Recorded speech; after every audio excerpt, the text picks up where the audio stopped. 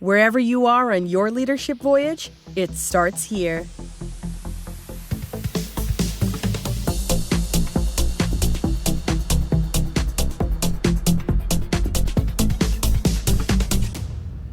Hello again, everybody. Welcome back to another episode of Leadership Voyage, the podcast dedicated to your pursuit of becoming a great leader.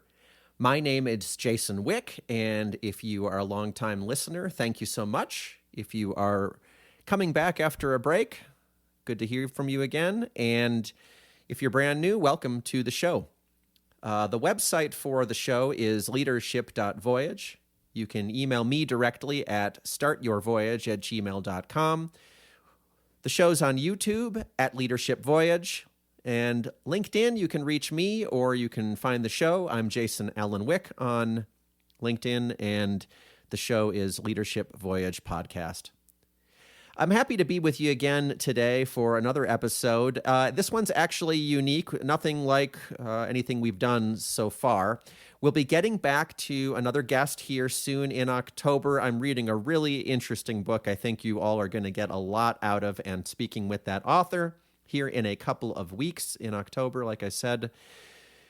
But today's going to be a little bit different, something I've never tried before. And before we jump into that, I just want to remind you all that in the show notes, in the episode description, wherever you came from this podcast, you can check out Instacart. I myself use Instacart when I'm in a pinch to get groceries delivered. If you want to get a free delivery on your first order of $35 or more, go ahead and check out that link. It'll let them know that we sent you. And people will hand pick your items for you. You can get groceries from multiple stores in a single order.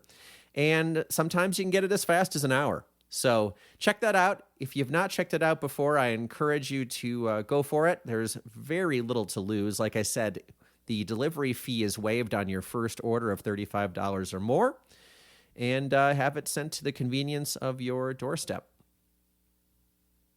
Okay, so I was thinking a little bit about solving problems. And solving problems is a very broad description. But more specifically, solving a problem or fixing a problem that you're having with your team. And I've been leading teams for quite some time, and there's always a challenge, right?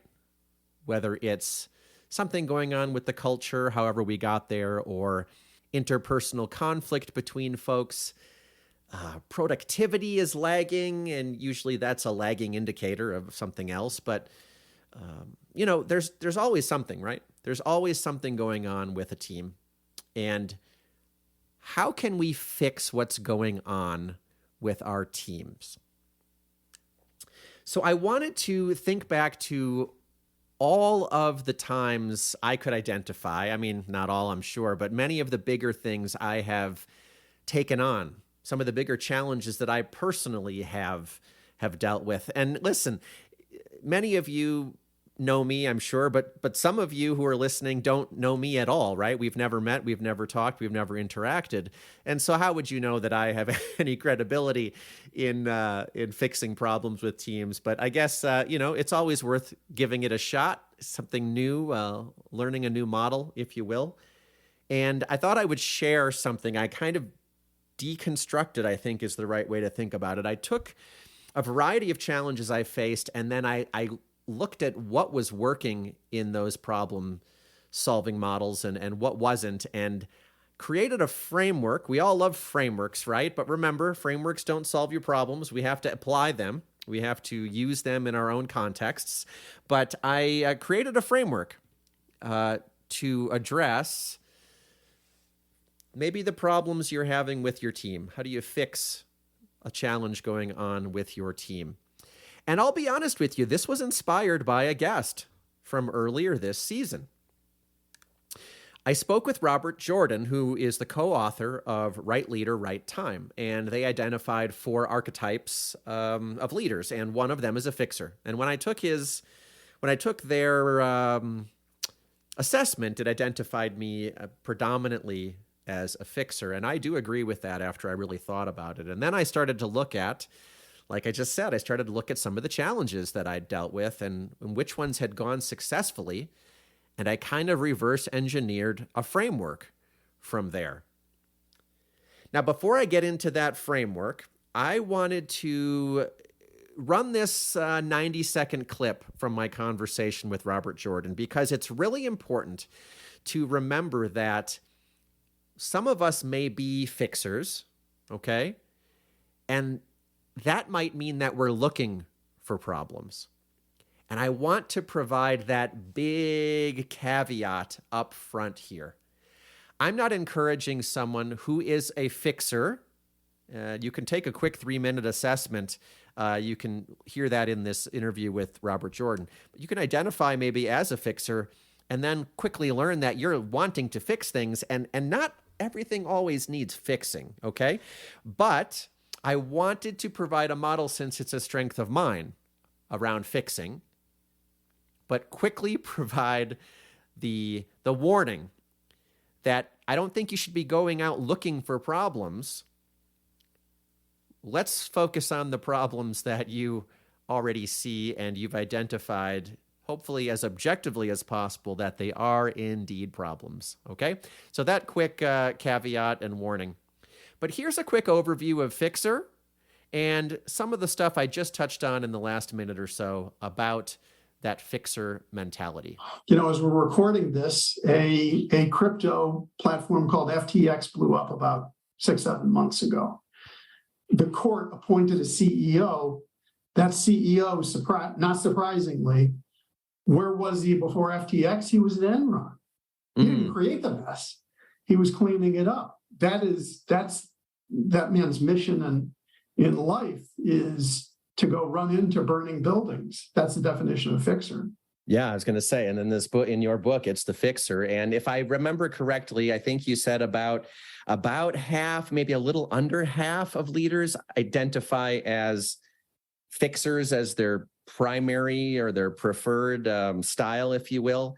Well, we'd say in the exceptional category, because it is a level of challenge that it's an adrenaline rush.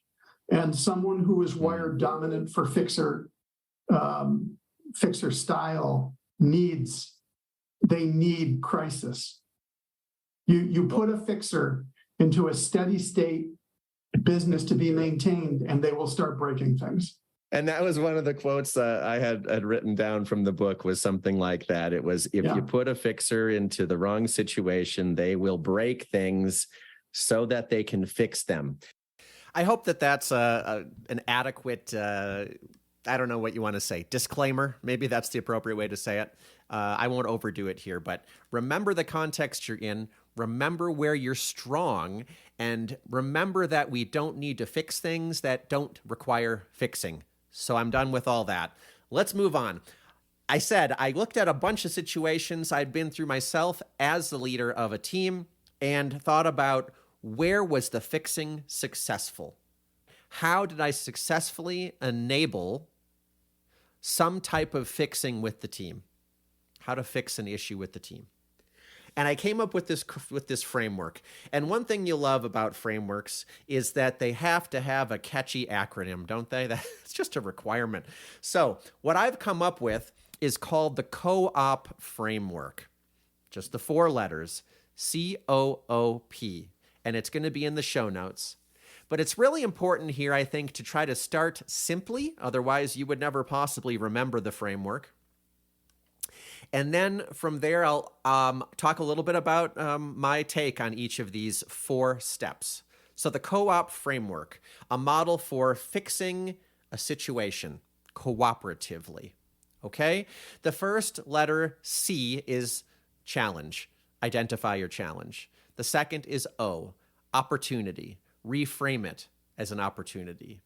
Third is options and optimize. List the options you have in front of you and decide what to optimize for. And then the 4th item is the P, which is progress and measure progress. I'm a believer that most things can be quantified. I don't think we need to overdo it and make everything a number, but quantifying things helps put some objective measures in place to try to determine if you think you're on the right track. So once again, very quickly, the co-op framework: challenge, opportunity, options and optimize, progress, and progress. Identify the challenge, reframe it as an opportunity, list the options and decide what to optimize for, and then progress with your decision and measure the progress, okay? So let's get into each of those 4 items in the co-op framework. So the first one, I think, is the easiest, assuming that we are indeed looking at a problem, and that is identify the challenge. We do tend to think negatively, I think. We focus on problems.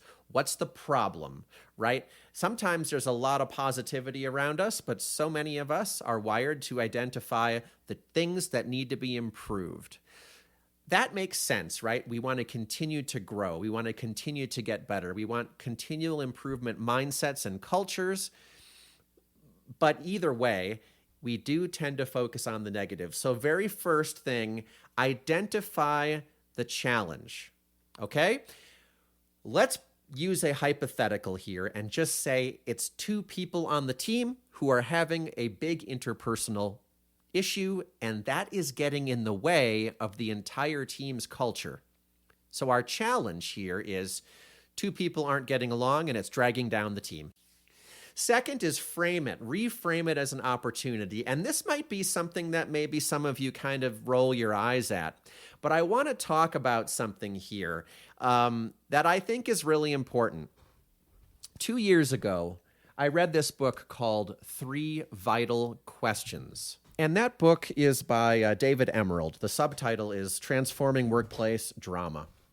I learned about this book through a leadership group that I was in for a couple of years. And this is a really, really important part of the co-op model. Don't roll your eyes at the reframing part here, and let me explain why. We tend to identify a problem, and that's perfectly fine. But here's the issue with folks when they're working on something with a problem mindset. When they're working on something with a problem mindset, it induces anxiety, which then leads to reactive steps. Let me say that again. When people are focusing on something with a problem orientation, it leads to anxiety, which then leads to reactive steps. That is not a good loop or a good cycle to get into. It's a really important part of this. So what we do instead is we take that and we reframe our problem orientation to an outcome orientation. This is taken straight from the book, 3 Vital Questions.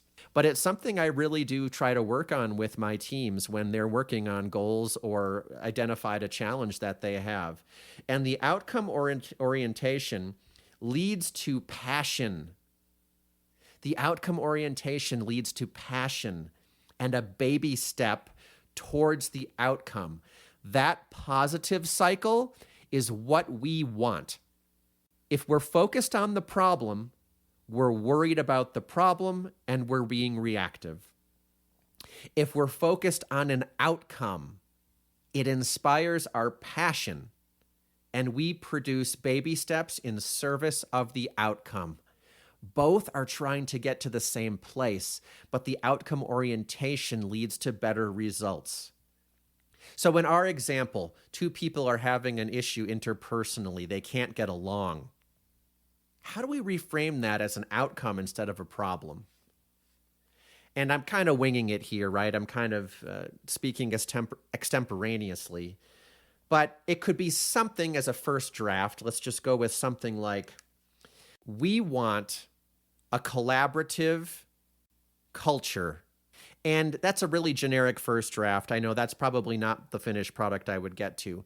But what we're talking about here is, rather than focusing on solving the problem of 2 people who don't get along, we are reframing it as an outcome orientation where we're talking about 2 people who we want these 2 folks to be collaborative. We want them to coexist in a culture where we're finding great results because of our collaboration. We're focused on what we want to be.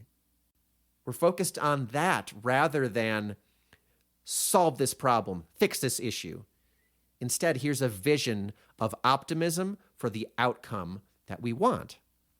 And I do think that's different. I firmly believe it is different.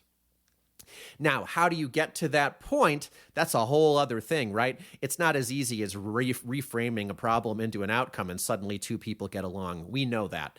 And that's where we start to get to the third part of the co-op model. And that is list your options and decide what to optimize for. So we want to create collaboration. We want a collaborative relationship. Maybe that's a good 1A draft here for this outcome orientation for the what thing we're trying to fix. We want a collaborative relationship between person A and person B. So what are the options we have? That's our third step. Okay, our goal here is indeed to create a collaborative relationship between these two folks. What are we going to do about it? Start listing all the options.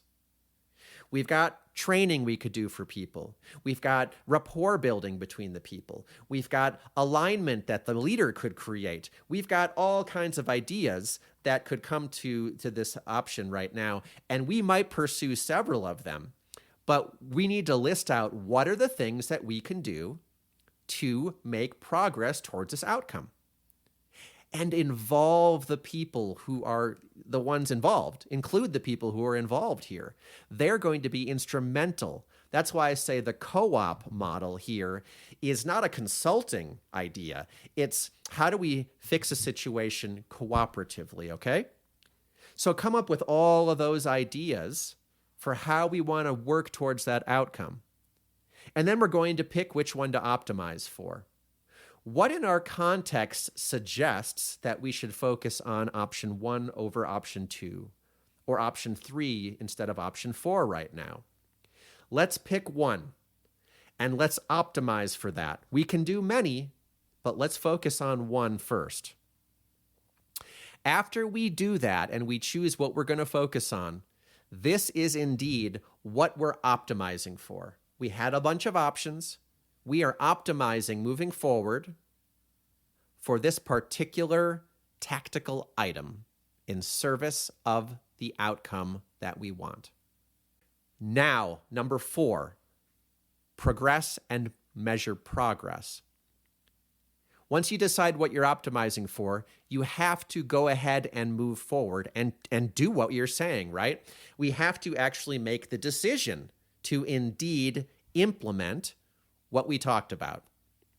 This whole process might take several weeks, okay? It sounds simple, but as we deliberately meet with folks, come up with those options, decide what to optimize for based on what we're looking at and where we are as a team or a set of individuals, we now have to say, and this is, don't undervalue this, right? Decision-making is an act.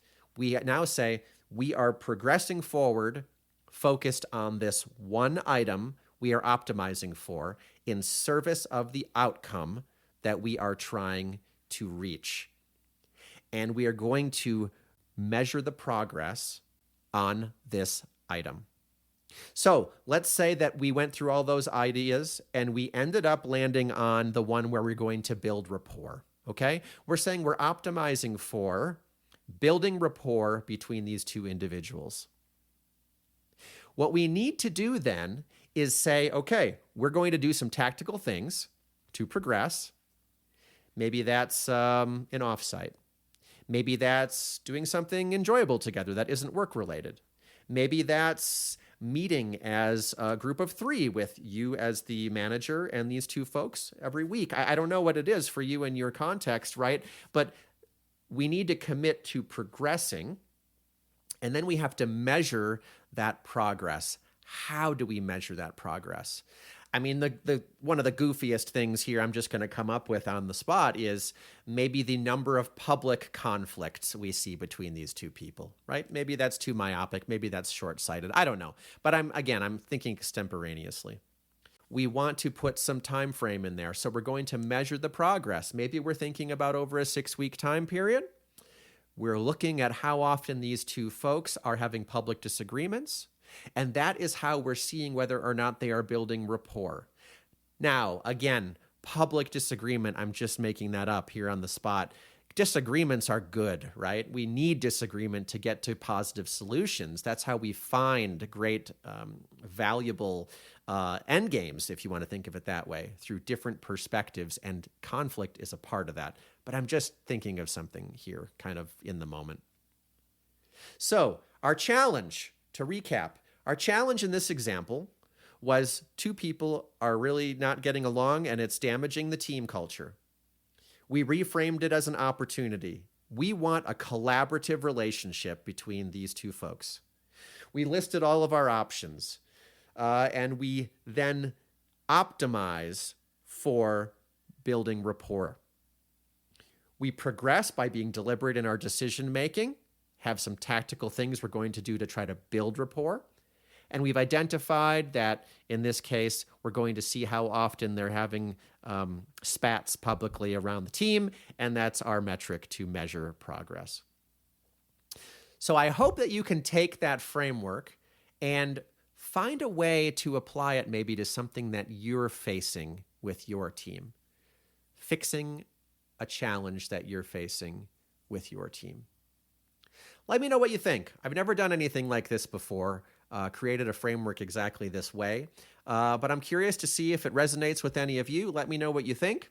For me, it's worked over the years, and I'll continue to evaluate how it's going for my own teams and my own work. Reach me at startyourvoyage@gmail.com. Let me know what you think. And until next time, everybody take care.